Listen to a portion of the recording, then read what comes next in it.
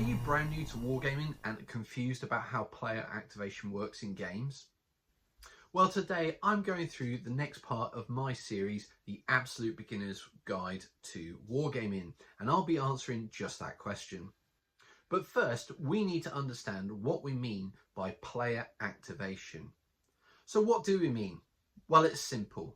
Player activation is the element of the game where a player has their turn, and that happens in a number of different ways, but that can be boiled down to, within Wargaming, down to just two methods of activation.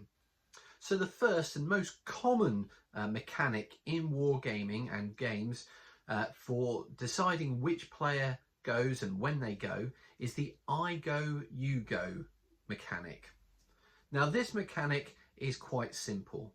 First, the one player will do all of their activations of their units, and that might be limited, such in games like Battle Group or Contact Front, or this could be all of their force, or even all of their force until maybe they fail an order test, such as something like Strength and Honor.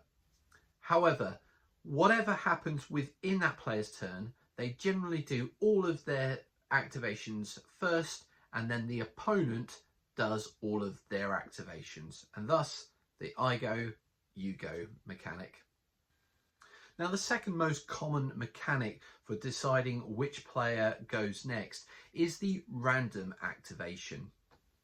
Now with the random activation, this is decided possibly by dice or by cards. So for example, with the dice method, a game like Bolt Action would have a dice bag and a dice for each of the players' units, and both sets of players will put their dice into the bag, and then it will be the one dice at a time will be randomly picked from the bag as a blind draw.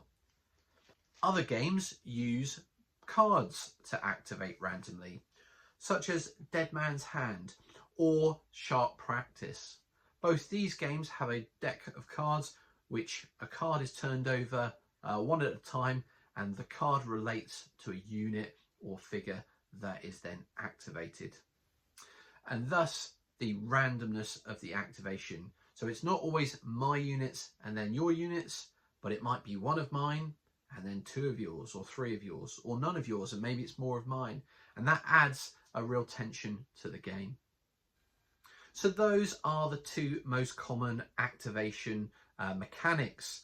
There may be others out there that are perhaps less common, but really when you're getting started, those are probably the two types of player activation mechanics that you're likely to come across.